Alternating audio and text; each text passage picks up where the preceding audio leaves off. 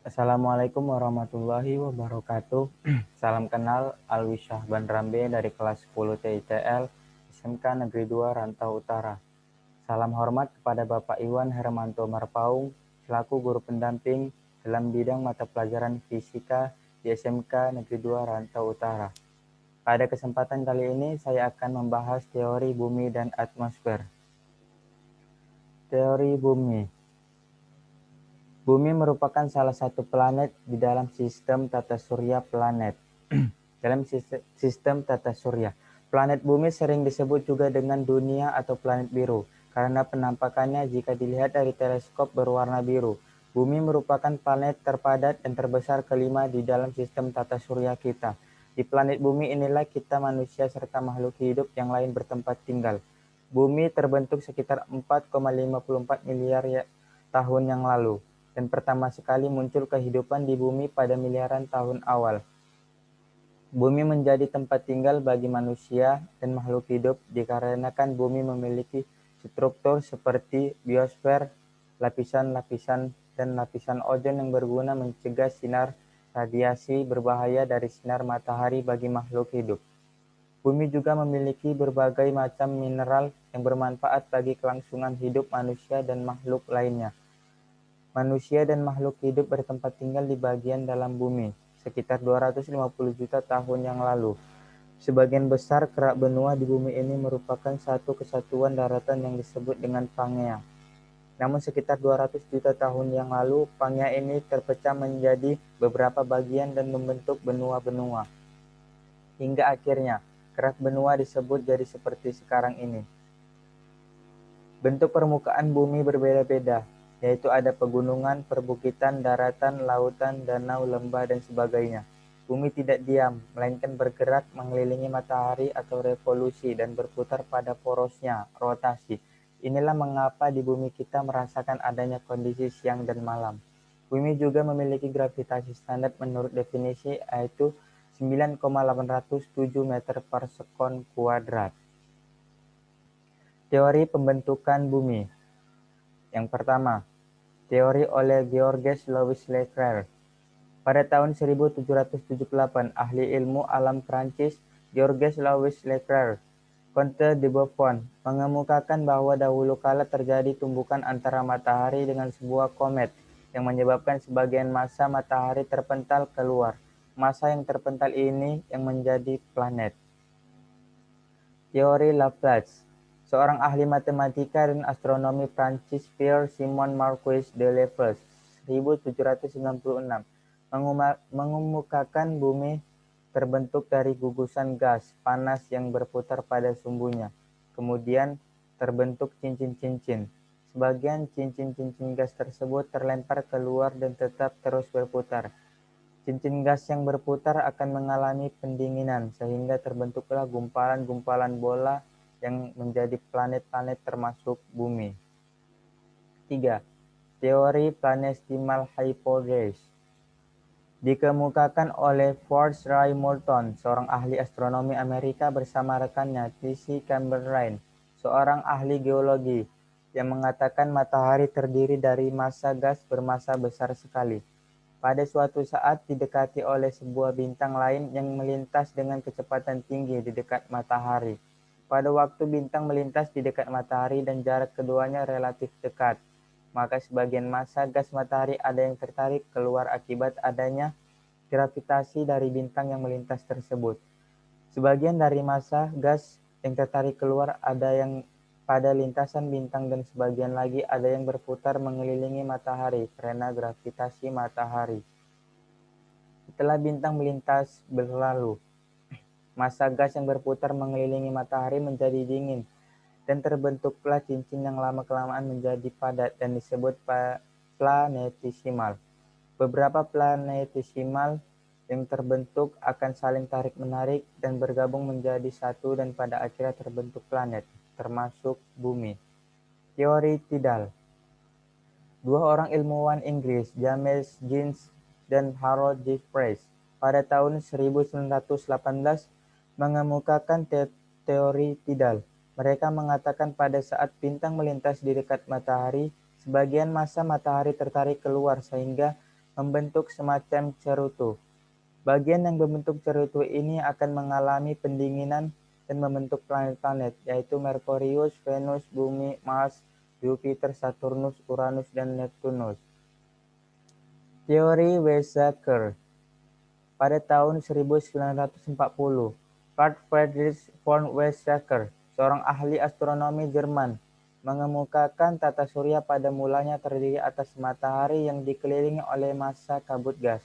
Sebagian besar massa kabut gas ini terdiri atas unsur ringan, yaitu hidrogen dan helium. Karena panas matahari yang sangat tinggi, maka unsur ringan tersebut menguap ke angkasa tata surya. Sedangkan unsur yang lebih berat tertinggal dan menggumpal. Ini akan menarik unsur-unsur lain yang ada di angkasa tata surya dan selanjutnya berevolusi membentuk planet-planet termasuk bumi. Teori Kuiper. Gerard P. Kuiper mengemukakan bahwa pada mulanya ada nebula besar berbentuk piringan cakram. Pusat piringan adalah protomatahari, sedangkan massa gas yang berputar mengelilingi protomatahari adalah protoplanet. Dalam teorinya, dia juga memasukkan unsur-unsur ringan, yaitu hidrogen dan helium.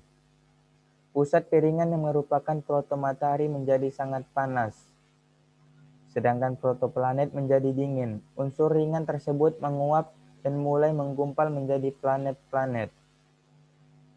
Teori Whipple.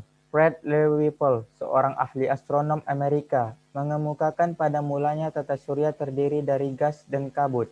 Debu aneh yang mengandung nitrogen yang sedikit kosmis yang berotasi membentuk semacam piringan. Debu dan gas yang berotasi menyebabkan terjadinya pemekatan massa dan akhirnya menggumpal menjadi padat. Sedangkan kabutnya hilang menguap ke angkasa, gumpalan yang padat saling bertabrakan dan kemudian membentuk planet-planet. Struktur lapisan bumi. Pertama, kerak bumi. Kerak bumi merupakan bagian terluar bumi dan menjadi tempat tinggal bagi seluruh makhluk hidup. Ketebalan lapisan ini mencapai 70 km dan terdiri dari batuan dan masam. Lapisan di bawahnya hingga 100 km disebut dengan litosfer. Kerak bumi bukan lapisan yang utuh, melainkan terpecah menjadi 7 lempeng besar dan ratusan lempeng kecil. 7 lempeng besar itu adalah lempeng Samudra Pasifik, lempeng Hindia Australia, lempeng Eurasia, lempeng Afrika, lempeng Amerika Selatan, lempeng Amerika Utara, dan lempeng Antartika. Kedua, mantel bumi. Lapisan ini juga dikenal dengan asthenosfer yang memiliki ketebalan mencapai 2.900 km dan merupakan lapisan batuan padat. Mantel bumi terdiri dari campuran berbagai bahan yang memiliki bentuk cair, padat, dan gas. Disebut dengan mantel bumi karena lapisan ini menyelimuti lapisan inti bumi. Lapisan mantel bumi terdiri dari dua lapisan. Yang pertama, mantel atas yang memiliki sifat plastis hingga semi-plastis dengan kedalaman sampai 400 km. Sedangkan mantel bawah memiliki sifat padat dengan kedalaman mencapai 2.900 km. Ketiga, inti bumi. Inti bumi memiliki kandungan. Inti bumi memiliki kandungan berupa besi 90% dan nikel 8%, serta material tambahan lainnya sebanyak 2%. Lapisan inti bumi terbagi menjadi dua, yaitu inti luar, yang memiliki ketebalan mencapai 2000 km dan terdiri dari kandungan besi cair yang memiliki suhu sekitar 2200 Celcius. Inti dalam merupakan pusat bumi berbentuk seperti bola dengan diameter mencapai 2.700 km. Inti dalam tersusun atas besi dan nikel dengan suhu 4.500 Celcius. Berdasarkan penelitian, karakteristik lapisan bumi paling dalam memiliki sifat pejal dan keras yang diselubungi lapisan cair yang kental. Berdasarkan susunan kimianya, bumi dapat dibagi menjadi 4 bagian, yaitu bagian padat, litosfer yang terdiri. Berdasarkan susunan kimianya, bumi dapat dibagi menjadi 4 bagian, yaitu bagian padat, litosfer, yang terdiri dari tanah dan batuan. Bagian cair, hidrosfer, yang terdiri dari berbagai macam ekosistem perairan seperti laut, danau, dan sungai. Bagian udara, atmosfer, yang menyelimuti seluruh permukaan bumi. Dan yang terakhir, bagian yang ditempati oleh makhluk hidup yaitu biosfer. Kita masuk ke atmosfer. Atmosfer berasal dari dua kata Yunani, yaitu atmos berarti uap dan sphaira berarti bulatan. Jadi atmosfer adalah lapisan gas yang menyelubungi bulatan bumi. Fungsi atmosfer yaitu melindungi penghuni bumi dari radiasi gelombang pendek matahari yang sangat kuat. Jika tak ada atmosfer, maka manusia, tumbuhan, dan hewan akan menjadi debu berserakan.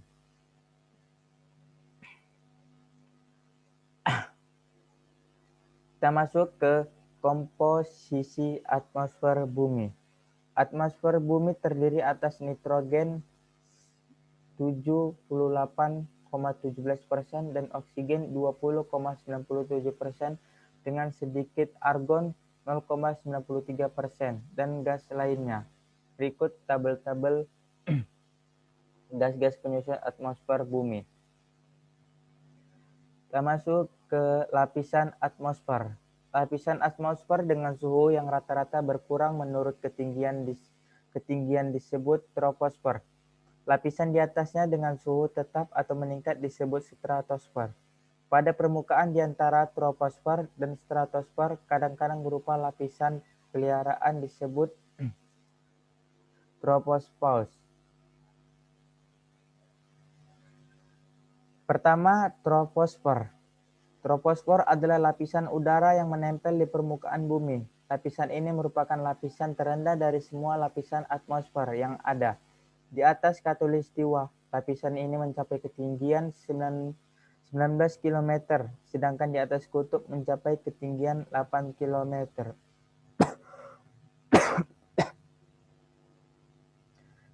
Di dalam lapisan troposfer merupakan tempat segala jenis cuaca, segala perubahan suhu, hembusan angin, tekan dan kelembapan yang bisa secara langsung kita rasakan.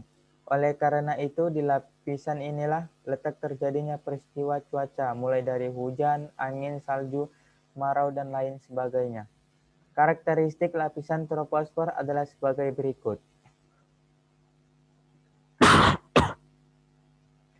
Pertama, temperatur makin turun seiring dengan bertambahnya ketinggian. Tiap naik 100 meter, temperatur udara berkurang 0,60.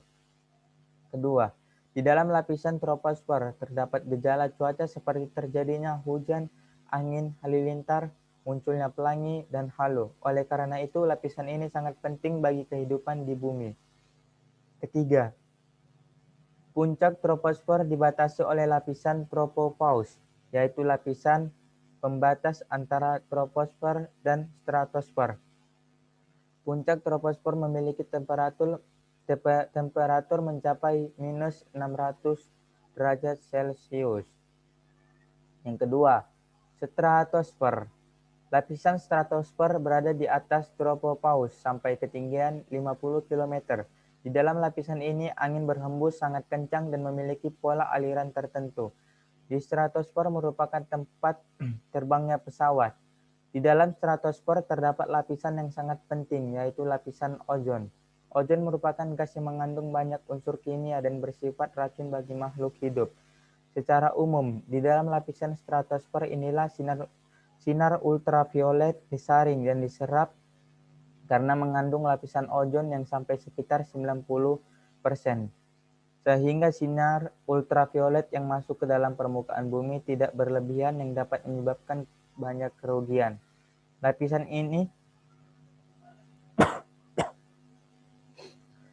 ini dibagi lagi menjadi dua lapisan, yaitu lapisan isodermal dan lapisan inversi. Lapisan isodermal berasal dari kata iso yang berarti sama dan derm yang berarti panas. Artinya adalah temperatur udaranya tetap, yaitu sekitar kurang 600. Lapisan ini terdapat pada ketinggian 11-20 km.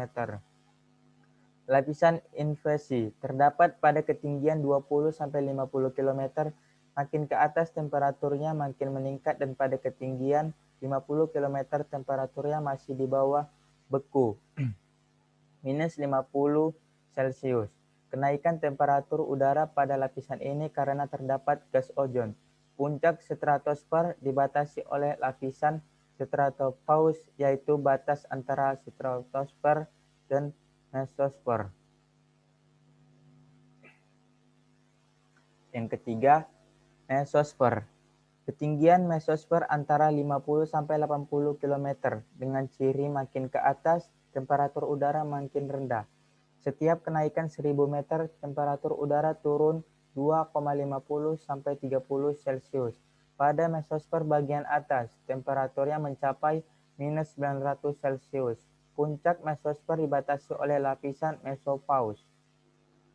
Pada bagian lapisan yang satu ini merupakan bagian yang dapat mengikis benda-benda langit yang masuk ke dalam permukaan bumi. Di antaranya adalah komet, meteor, debu angkasa, atau benda-benda asing di angkasa yang lainnya. Proses pengikisan benda-benda tersebut adalah dengan terkikis sedikit demi sedikit dan terbakar karena bergeseknya dengan udara yang terkandung di dalam lapisan ini. Bisa kita ambil kesimpulan bahwa di lapisan atmosfer inilah menjadi benteng perlindungan pertama muka bumi dari ancaman benda-benda asing luar angkasa sebagaimana yang sudah disebutkan tadi. Namun jika benda asing luar angkasa tadi memiliki ukuran yang sangat besar, lapisan atmosfer ini sifatnya dapat mengurangi ukuran benda tersebut sehingga menjadikannya tidak terlalu berdampak yang terlalu besar ketika sampai ke muka bumi. 4. Termosfer. Lapisan ini terletak pada ketinggian 85 sampai 500 km. Lapisan atmosfer yang satu ini dinamakan juga lapisan panas atau hot layer karena pada lapisan ini terjadi transisi kenaikan temperatur yang sangat tinggi. Temperatur lapisan ini 90 sampai 5000 Celcius. Tinggi temperatur tersebut disebabkan molekul oksigen mengabsorpsi atau menyerap radiasi energi surya. Radiasi ini mengakibatkan sebuah reaksi kimia yang membentuk lapisan bermuatan listrik. Sebelum starlit dikenal, lapisan ini berguna untuk membantu memancarkan gelombang radio, karena lapisan atmosfer ini dapat memantulkan gelombang radio. Kelima, exosfer. Lapisan ini merupakan lapisan atmosfer yang terletak paling luar. Lapisan eksosfer berada pada ketinggian 500 km ke atas. Pada lapisan ini, molekul-molekul udara bergerak dengan cepat dan pengaruh gaya gravitasi bumi sudah jauh berkurang, sehingga gesekan-gesekan benda di udara sudah jarang terjadi. Pengaruh angkasa luar sudah terasa. Lapisan atmosfer berdasarkan jenis dan kondisi gas.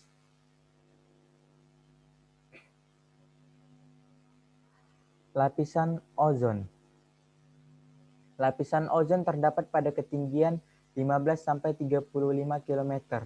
Ozon terdapat pada seluruh atmosfer bagian bawah, tetapi kebanyakan gas ini terkonsentrasi pada lapisan stratosfer, yaitu pada ketinggian 15 sampai 35 km. Ozon sendiri tidak stabil karena sudah terurai di bawah pengaruh radiasi atau bertumbukan dengan atom oksigen. Secara alamiah, pada ketinggian 15 sampai 35 km terjadi pembentukan dan penguraian ozon dari oksigen diatomik dan monotomik dengan bantuan atau penyerapan radiasi ultraviolet. Lapisan ozon adalah penyerap utama radiasi sinar ultraviolet, sehingga ketika sinar ultraviolet sampai di permukaan bumi tidak berbahaya bagi makhluk hidup. Jika radiasi ultraviolet sampai ke permukaan bumi, maka dapat mengakibatkan luka bakar, kanker kulit, dan kebutaan bagi manusia, serta dapat menimbulkan gangguan generatif dan produktivitas tumbuhan dan hewan.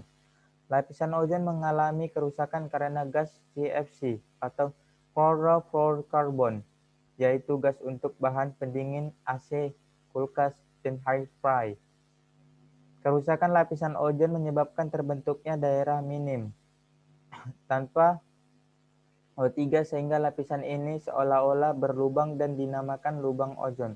Akibatnya suhu udara di bumi bertambah panas dan mengakibatkan gangguan iklim. Lapisan ionosfer. Lapisan ionosfer berada pada ketinggian 60 sampai 600 km. Ionosfer terdiri atas atom-atom dan molekul yang kehilangan satu atau lebih elektron sehingga terbentuk ion. Oleh karena itu, lapisan ini dinamakan lapisan ionosfer. Lapisan ini sangat bermanfaat di bidang komunikasi karena lapisan ionosfer dapat memantulkan kembali gelombang radio. Ionosfer terdiri atas 3 lapisan, yaitu lapisan D, lapisan E, dan lapisan F. Lapisan D berada pada ketinggian 60–120 km. Lapisan ini memantulkan kembali gelombang AM ke bumi. Lapisan E berada pada ketinggian 120–180 km. Lapisan ini juga memantulkan kembali gelombang AM. Lapisan F berada pada ketinggian 180–600 km. Lapisan ini memantulkan kembali gelombang pendek. Fenomena alam yang terjadi di atmosfer. Aurora. Aurora yaitu suatu gejala dalam bentuk cahaya yang sering tampak di sekitar kutub utara dan selatan bumi. Kilat adalah aliran atau loncatan listrik dalam bentuk cahaya atau sinar di antara dua awan atau antara awan dengan bumi yang bermuatan listrik berlawanan. Fata Morgana yaitu ilusi optik akibat pembiasan sinar matahari oleh udara dengan tingkat kerapatannya berbeda. Yang terakhir, halo, yaitu lingkaran putih yang terkadang terlihat di sekitar matahari atau bulan. Cukup sekian dan terima kasih. Saya akhiri. Wassalamualaikum warahmatullahi wabarakatuh.